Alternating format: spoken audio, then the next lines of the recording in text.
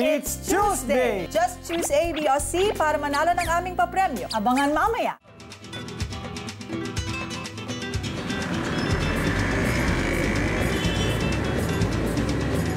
Magandang araw po. Welcome po sa Villa Tortuga.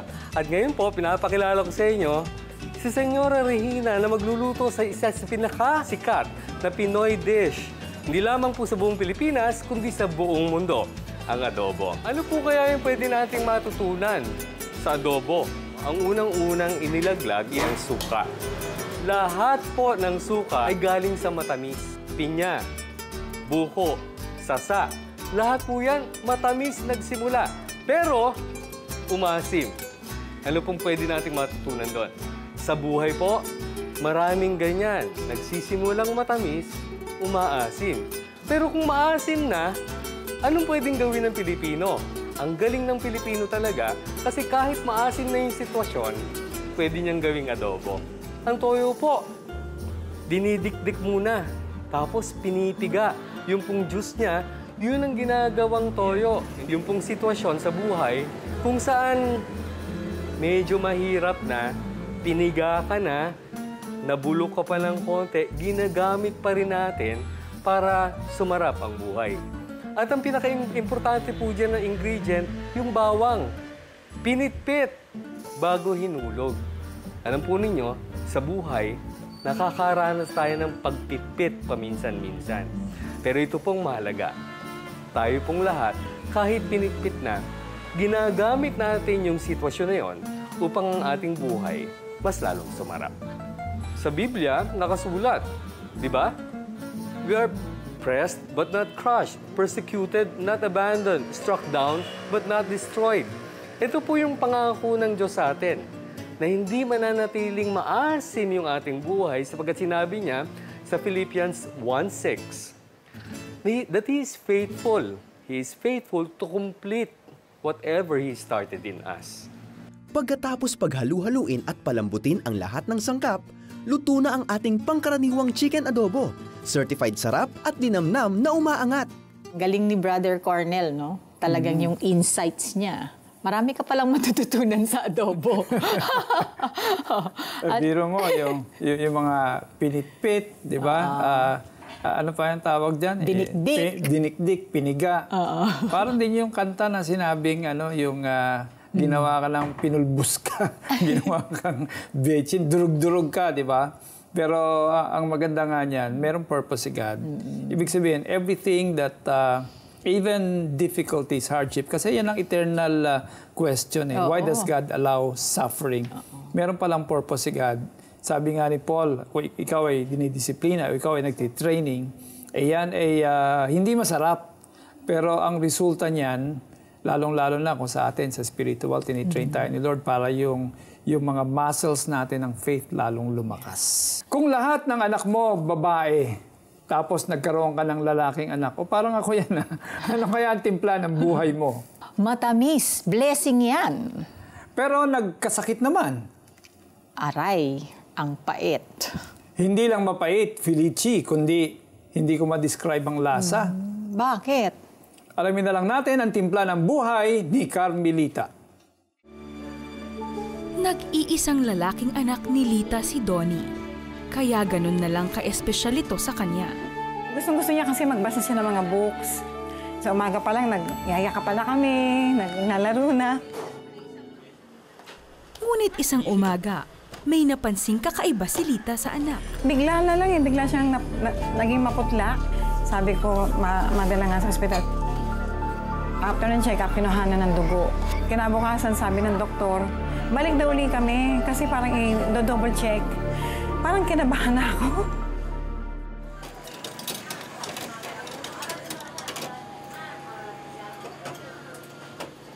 So sabing ganun nung family doctor namin, nasan yung si husband, siya na lang ang kakausapin.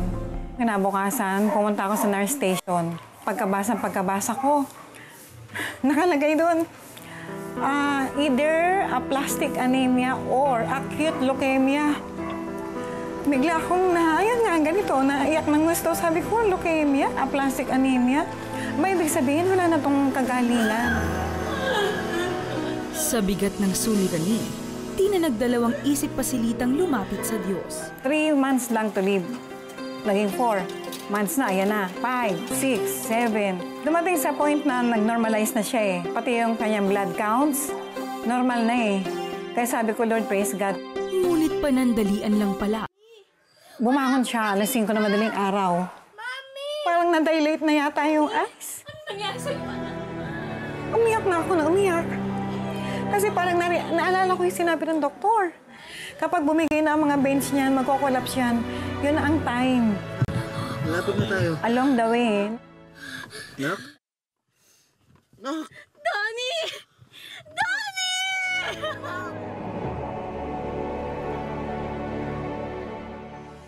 Labis na lungkot ang dinanas ni Lita.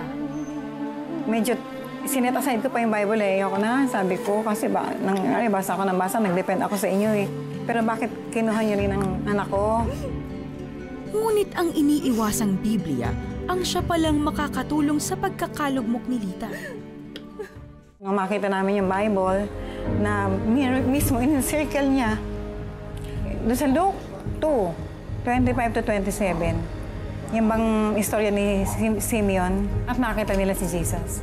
Nakita na raw niya ang salvation. Nag-sorry ko kay God. Sinabi niya, ang nag-strike sa akin, He will restore. Makalipas ang ilang taon, pinatunayan ng Diyos ang kanyang katapatan. November 1, 1987, isinilang ni Lita ang isang sanggol na lalaki, si Gio. Privilege yun sa akin na parang naging answer, ako yung naging answered prayer na sa parents ko nga. It's a great joy talagang talagang nakita na namin yung promise ng Lord na restoration. Lahat ng promises ni God are always yes. Maniwala ka lang, magtiwala ka lang sa Panginoon. Wow, Alex. Talagang malaking pagsubok ang kanilang pinagdaanan when they lost their first son, no? But it was also an opportunity for them to see God's plan for their lives. No?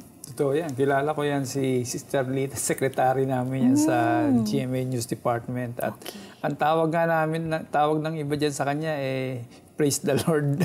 Kasi talagang sa lahat ng bagay, si Lord palagi ang sinasabi niya. Kaya nga, nung namatay nga yung anak niya, sabi pa ng mga iba, hindi mananampalataya. But ganon si Sister Lita, namatay na nga yung anak, umaawit pa ng praise the Lord. Pero talagang nakita yung kanyang faith. At true enough, dahil naniniwala siya sa miracle, pinalitan ni Lord yung nawala niyang anak, si Gio. Ngayon, si Gio malaki na. Wow, at praise God. Talagang lalong tumibay ang kanyang pananampalataya. Minsan yung mga kaparaanan ni God, hindi talaga kaparaanan ng tao, no? Parang meron siyang sarili niyang plano na He knows is best for everybody, no?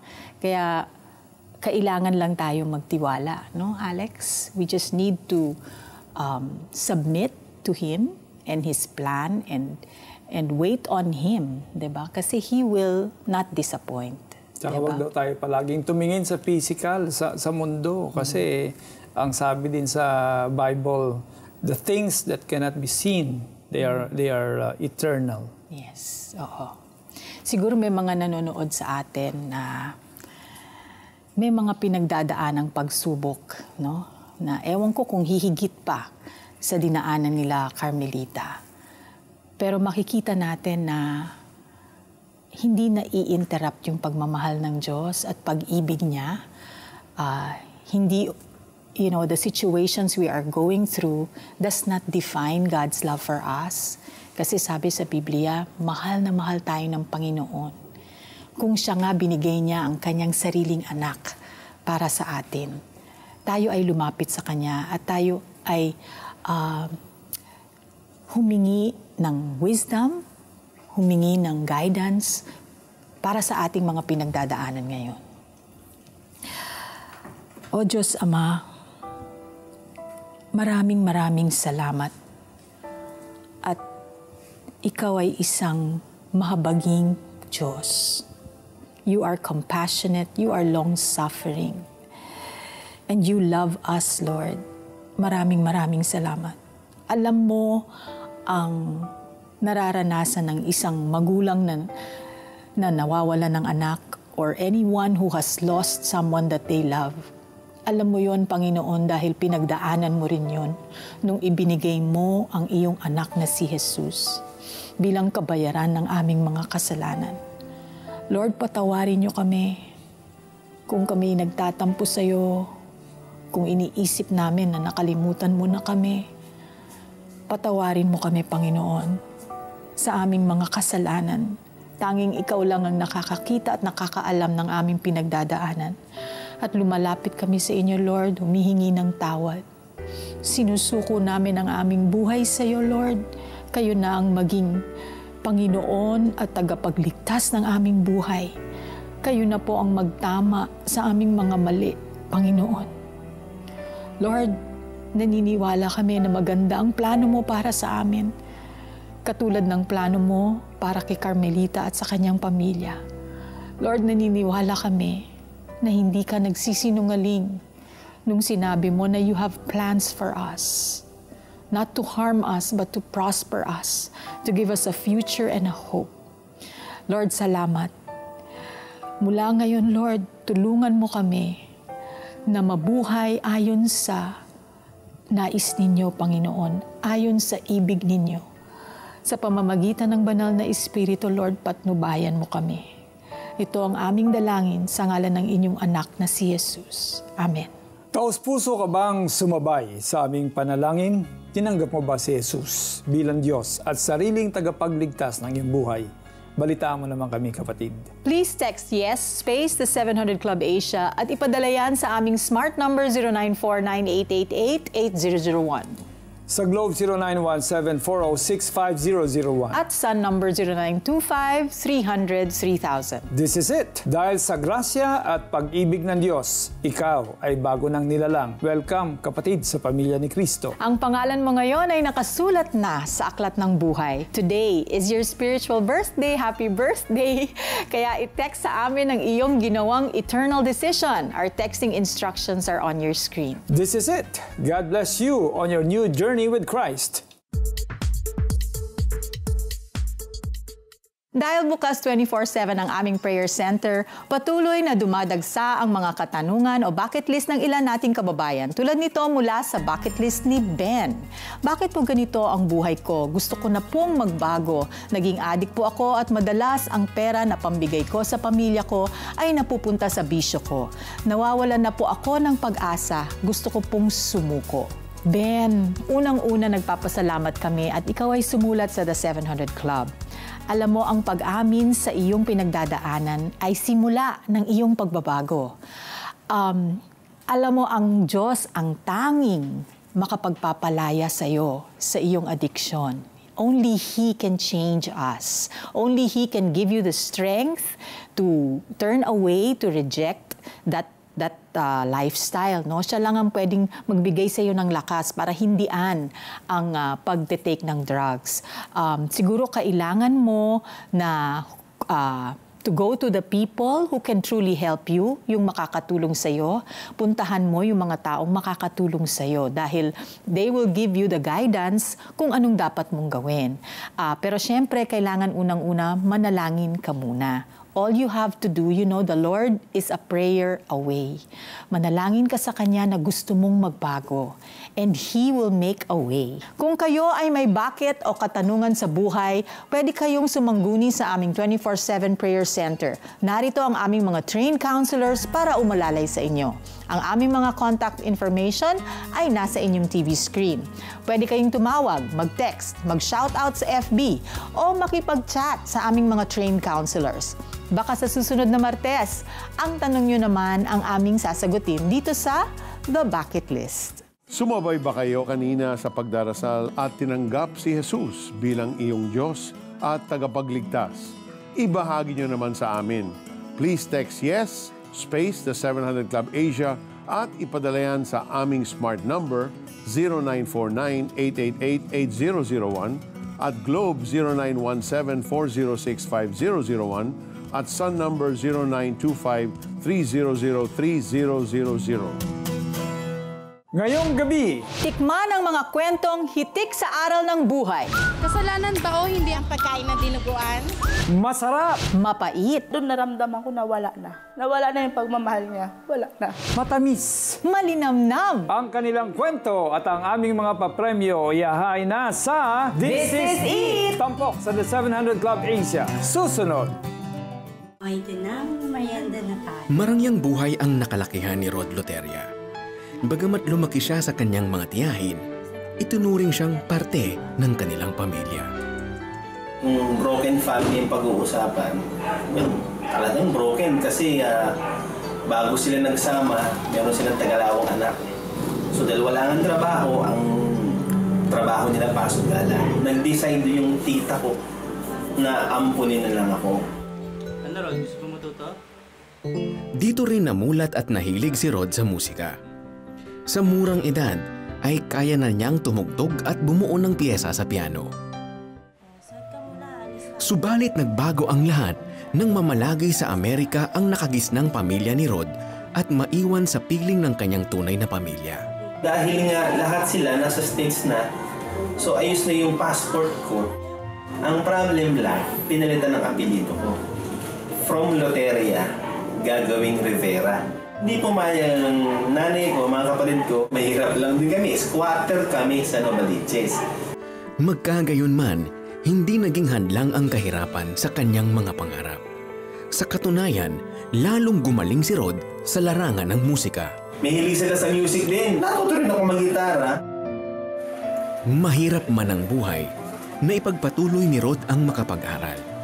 Bagamat nahilig din sa bisyo ay hindi napabayaan ni Rod ang kanyang pag-aaral hanggang makakilala si Rod sa Panginoon. Pero sobrang thankful ako dahil scholar ako hanggang sa matapos ako.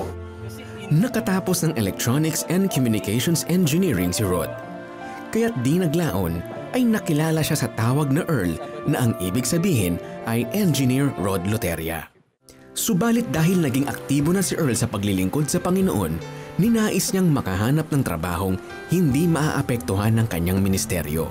Dumating yung time na nagtrabaho na ako sa field ko talaga. Pero ang kapalit noon, hindi na ako nakakapag-church. That time, independent na ako. Nagpaalam na ako sa nanay ko na magsasarili na ako. Mahirap man, ay nag-resign sa trabaho si Earl at nagtiwala na ang Panginoon ang siyang mangunguna sa kanyang buhay. That day, 9:30 in the morning, lumabas ako ng office. Paglabas ko, sabi ko, Lord, use me. Bahala ka na sa akin. Hindi ko natutupad ang pangarap ko using sa aking nakitang formula. Pero sa iyo, may pag-asa ako. Ang galing sa pagtugtog at paglikha ng mga awitin ang siyang ginamit ni Earl upang magbigay puri sa Panginoon. Ito rin ang naging hanap buhay niya. Yung pala, lahat pala ng iyon ay part ng training ng Panginoon. Tatawagin mo pala ako. Sa ngayon ay may sariling pamilya na si Earl. Ilang albums na rin ang naproduce ni Earl para sa kanyang sarili at para sa iba pang mga awit na nais ding papurihan ng Panginoon sa pamamagitan ng musika. Lahat tayo ay may kanya-kanyang istorya ng buhay. Para kay Earl, ang natatangi niyang galing sa paglikha ng mga awit ay ibinigay ng Diyos sa kanya upang maitaas ang pangalan at mapapurihan ng Ama at Panginoong Hesukristo. It's Tuesday! Just choose A, B o C para manalo ng aming papremyo. Ang tanong, sino ang babaeng itong nanalo sa Eat Bulaga? Is it A, Maria? B. Marisa? O C, Maricel? Only the 25th caller, texter and Facebook fan na may tamang sagot ang mananalo ng aming papremyo. Itawag ang inyong sagot sa 7370700. O i-text sa aming smart number 0949-888-8001. Globe 0917-406-5001. At Sun number 0925-300-3000. Kaya sali na! At para makasiguro sa inyong sagot, kilalanin siya mamaya at abangan ang kanyang inspiring story. Doon naramdaman ko na wala na. Nawala na yung pagmamahal niya. Wala na. Ang kanilang kwento at ang aming mga papremyo sa This is It! Sobrang saya ko po talaga magbigay sa 700 Club. Marami nga talaga pong natutulungan doon ng mga tao, lalo na sa mga nasasalanta ng mga yung pagpapala naman po sobra-sobra. You too can be a partner by giving 500 pesos monthly. Your donation can help feed a calamity-stricken family. As a token for your generosity, you will receive this daily inspirational cards by Peter Cairuz. For details, call us at 737-0700 or visit www.cbnasia.org and click Give.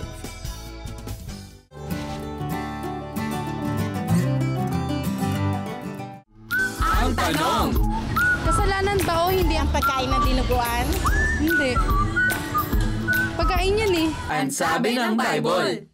Number 1, talaga bang may nakalagay sa lumang tipan na pinagbabawal ng Panginoon ng pagkain yan? Well, yes. Pero ang tawag natin dyan ay Jewish ceremonial law. Ibig sabihin, merong kasama yan sa uri ng pamumuhay na ipapakita ng mga Jews para maging iba ang kanilang lifestyle sa mga tao sa kanilang palibot. Well, tanggapin natin sabi ng mga doktor, pag kumakain ka ng dugo, talagang merong health risk. Okay, may health risk. Pero kung kakain ako niyan, hindi naman ako condemned. Ibig sabihin, hindi sa pagkain ang kaligtasan o yung pagkawala nito. So ang point doon, pagkain yan eh. Pero may sinabi sa Apostol Pablo sa 1 Corinthians, kung halimbawa may mga taong maaapektuhan ng aking patotoo, halimbawa, pag ito'y kinain ko at may mga taong nakatingin na matitisod, iwas ako.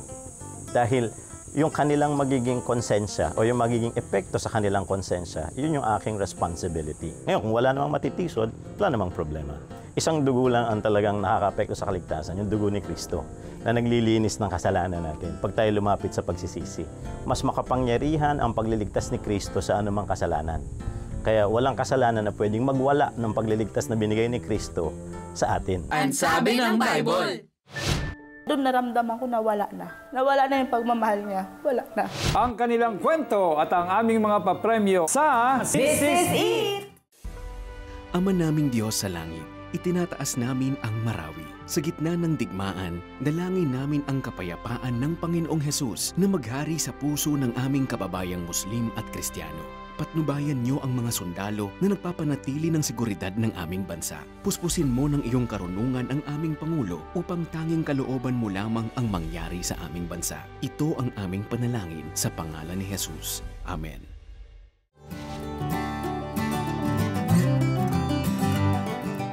Ito pa ang 60,000 pieces!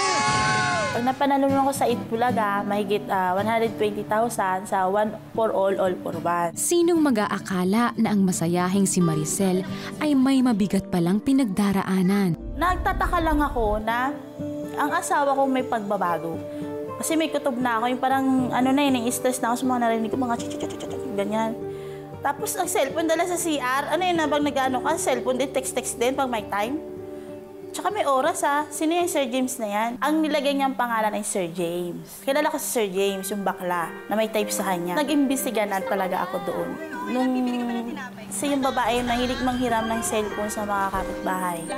Yung hiniraman niya ng cellphone, hiniram ko rin ang cellphone. Ewan ko kung anong pumasok sa isip ko at tingnan mo ang number na yan. So talinay kong tiningnan. Bullseye, number niya. Paano naging number ni Gemma ang number ni Sir James?